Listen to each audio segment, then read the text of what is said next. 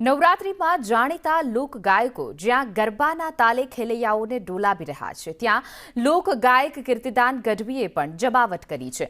અમદાવાદમાં SP ring road પર ગોપાલ ચોક નજીક નોરતા નગરીમાં તેમણે રમઝટ જમાવી છે.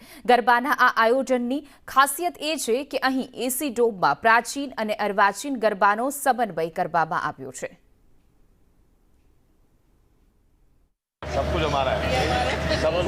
નવલા નોરતાનો પ્રારંભ થઈ ચૂક્યો છે ત્યારે અમદાવાદીઓ એસી ડોમની અંદર કીર્તિદાન ગઢવીના સુરે હાલ મોજ કરતા જોવા મળી રહ્યા છે. ત્યારે કીર્તિદાનભાઈ આપણી સાથે છે, તેમની સાથે વાતચીત કરીશું. કીર્તિદાનભાઈ, ઘણી બધી નવરાત્રીઓ આપે કરી છે, એસી ડોમની આ નવરાત્રી છે અને ખાસ કરીને ખેલૈયાઓને કઈ રીતે આપ રમઝટ બોલાવી રહ્યા છો?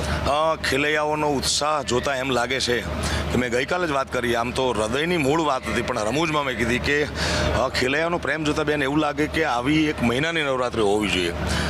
એસી ડોમમાં આ મેં 16, 17 અને 18માં સુરતમાં કરી હતી, ત્યાર પછી ઓપનમાં કરતા હતા અને ગયા વર્ષથી એસી ડોમની શરૂઆત કરી તો લોકોનો ખૂબ જ ઉત્સાહ, કારણ કે ઓલું તો 3 કલાકમાં થાકી જાય, પરસેવો થાય, કાંક માટીમાં રમતા હોય, પણ આયોજકો ખૂબ સુંદર મજાની મહેનત કરી અને નોરતા નગરી નામે વિશાળ ભવ્યાતિ ભવ્ય ડેકોરેશનથી સજ્જ એસી ડોમમાં નવરાત્રી કરી, જેમાં અમને ગાવાની મજા આવે છે, લોકો ખેલૈયાઓનો ખૂબ જ ઉત્સાહ છે.